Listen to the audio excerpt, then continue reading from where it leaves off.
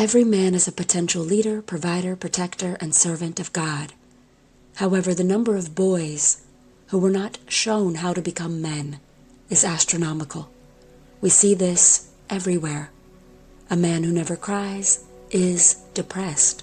A man whose default personality construct is arrogant or angry, irritable, frustrated. A man who always seems one thread short of snapping is a man who's living with unacknowledged depression. Men who cannot healthily engage in intimate relationships, men who cannot consistently structure, strategize, or stabilize their domestic, spiritual, emotional, or occupational lives without reliance on the divine feminine to nurture and support them. Men who cannot live respectably, honorably, and productively when no one is around to hold them accountable. We cannot help men who are not willing and wanting to help themselves, men who choose to numb or avoid stressful or uncomfortable issues. We must hold space for men only to the degree that our own health, well-being, safety, integrity, dignity, and livelihood aren't compromised. If you are in close relationship of any kind with a man who is impatient, dismissive, hostile, annoyed over small problems, defensively critical, fragilely temperamental, bizarrely blameful, unmanageably aggressive, he is depressed. He is misguided. His growth was stunted at a certain point in life. He doesn't know how to be vulnerable and transparent without the sensation of losing a grip on his sense of identity, which is false, his beliefs, which are rigid, and his approach to life, which is sabotaging. When a man's moods and behaviors are inappropriate for and out of proportion to the circumstances of his reality, he is depressed. We commonly miscategorize these tendencies as narcissistic or just plain evil because it becomes nearly impossible to interact in a normal, steady manner with a man who is chronically at the edge of an exaggerated, deluded, oppositional, or negative reaction to his surroundings, or to discussing important matters and tending to his shadow side. Society was not encouraging to him. It did not prioritize the healing of his trauma or focus on the cruciality of his ability to establish his connection to God in order to be a strong foundation for his loved ones. Strong as in empowered, wise, calm, resilient. Not strong as in stoic, emotionless, or able to hide pain and depression underneath the cloak of an intense, serious disposition and dedication to his work alone. One of the top signs of depression is a man who is socially withdrawn, who doesn't have inclinations towards networking, befriending other men, or initiating sustaining relationships, and who does his due diligence or bare minimum to get by, living in a noticeably insular way. Other signs of depression can be seen in men who are obsessed with control, disappointed again and again when they realize they cannot control the people in their life, or where nothing done for them suffices as good enough. They have perfectionistic tendencies, often correcting or opposing other people when they themselves are unrefined and lack much. But they want to keep the spotlight off of their inner world. Outbursts of anger are their forms of masking the deep dissatisfaction, fears, insecurities, and feelings of inadequacy that they harbor. These men are not receptive and cannot see past their own attachments. For example, attachment to an established persona that doesn't allow them maximal growth and happiness. Attachment to a narrative that doesn't serve their highest good.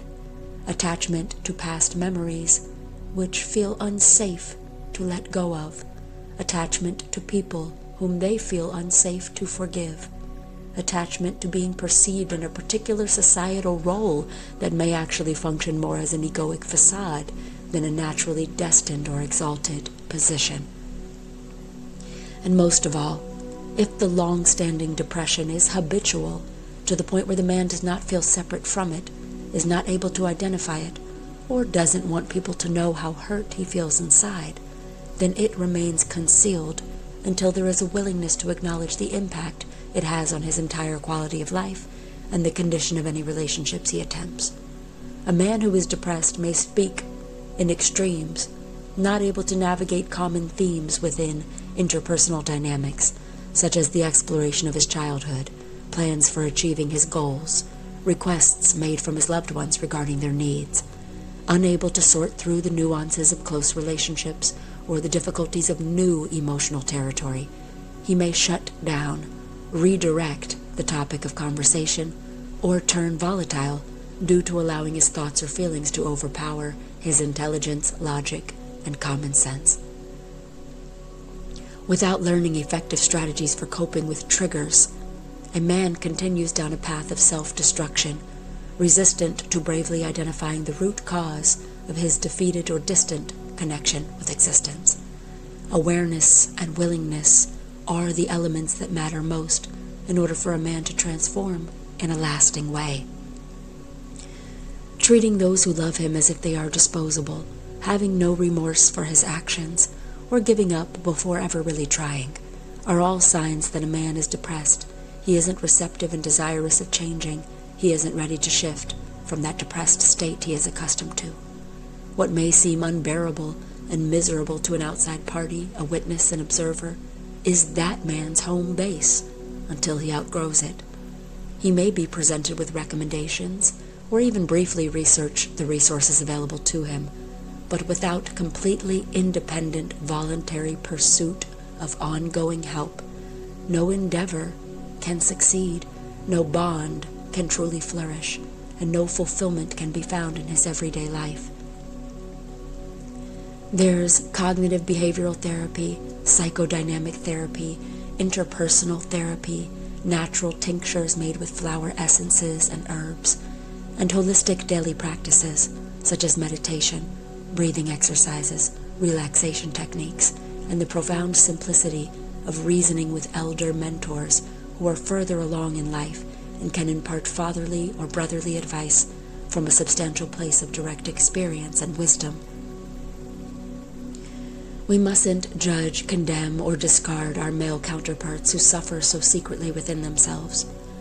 But if a man causes harm to others due to neglecting the reality of his depression, one must walk away, leaving the man to his own devices, and continue living by demonstration as the most potent and influential medicinal treatment of all.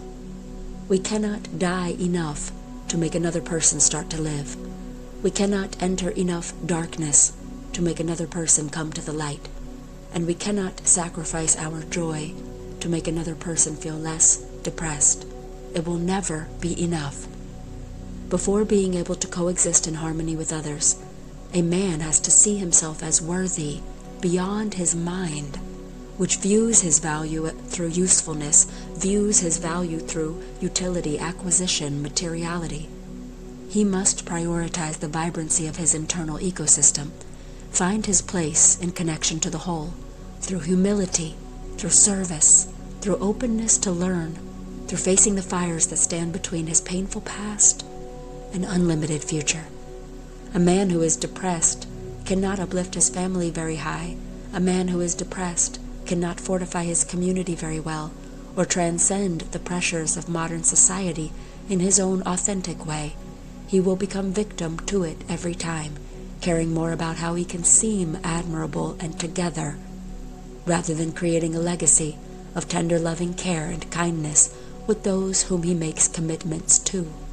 He will fail and fall short time and time again, escaping and spiting his way through life, rather than wholeheartedly immersing or passionately paving his way through each cycle and chapter. He will be consumed with proving something when there's no actual adversary or audience, when his inner child is at the forefront of his decision-making, rather than the aligned disciple version he was created to be. Anger must not be taken at face value, because a man can use it as deflection from an underlying depression that is easier for him to hide in the projection of other heated emotions. But the potion, the remedy, the key to his freedom from such bondage is to step out of the musty cottage where he's been rotting, forgive his father, worship his woman, humble himself to the struggles of humaning, and cry. Cry, so he can finally die to the mystery he'll never unfold, die to the factors he cannot control, allowing his higher assertion to emerge, allowing a truly soul-naked rebirth, cry for himself and the ones that he hurt. Approach life anew after he learns that manhood burns when our brothers aren't properly shown how to shine and roar, or surrounded by inspirational godly lions who incarnated before them. But no one being can do it for them. Rise, good men. Rise no matter how close you feel to your demise, no matter how far-fetched a wonderful life seems, or how out of reach or not for you, how no one understands your moods. Rise. Rise to the sun. Rise to the moon. Rise to the heights of the trees and the stars. Rise like you're stretching your God-given heart. Rise from within so your life can beautifully start. For what is depression but displaced energy? What is frustration but satisfaction that hasn't met its maker? And aren't we all displaced from our origins and find the obligatories of daily life humdrum and boring? Aren't we all brought to our knees on the precipice of soaring? Rise, men, because the women need you. Rise from your melancholic proceedings. Rise from the way that you thought was okay, because it isn't. You have more colors, more textures, more rhythms than those go-to programmed mechanisms of toxic escalation and mental schisms. We need you to see what we see, and not when it's always too late and you ruined another date with your cosmically charged potential, that holy matrimony between you and the next level. Rise from excuses, complacency. Rise up, activate your personal agency. There is no more time and spaces for waiting until the current lifetime is fading. Help yourself as if nothing matters more urgently, fadedly, as if nothing depends more on awakening creatively, courageously, radically. Hate to see you so fakely mad when you're actually sad, masquerading as disgruntled, hot-headed, and cold. God made you far more bold. Without quantum leaps towards kindness to self and others, compassion cannot come forth and breed beauty, miracles cannot abound that are suiting, and depression cannot lift and dissolve, but abusing remains.